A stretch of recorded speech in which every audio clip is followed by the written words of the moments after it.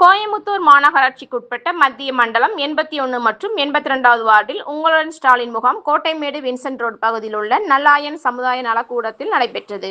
இம்முகாமிற்கு சிறப்பு விருந்தினராக மாநகர மாவட்ட செயலாளர் நா. கார்த்திக் கலந்து கொண்டு முகாமினை துவக்கி வைத்தார். தொடர்ந்து ஒரு சில மனுக்களுக்கு உடனடி தீர்வு வழங்கப்பட்டதை அடுத்து பொதுமக்களுக்கு உடனடியாக ஆணையை வழங்கினார். கோயமுத்தூர் மாநகராட்சி ஆணையர் சிவகுரு பிரபாகரன் முகாமினை நேரில் சென்று பார்வையிட்டார். இம்முகாமானது 14 துறைகளின் மூலம் 43 சேவைகளை கொண்டு நடைபெற்றது. இதில் மகளிர் உரிமை தொகைக்கென பிரத்யேகமாக அரங்குகள் அமைக்கப்பட்டது. இதில் திமுக கோவை மாநகர மாவட்ட மீனவரணி தலைவர் ஷாஜஹான் மற்றும் சமூக ஆர்வலர் PH முபாரக் ஆகியோர் பொதுமக்களுக்கு மகளிர் உரிமை தொகைக்காக மனுக்களை வழங்கியும் பல்வேறு உதவிகளை சிறப்பாக செய்தனர்.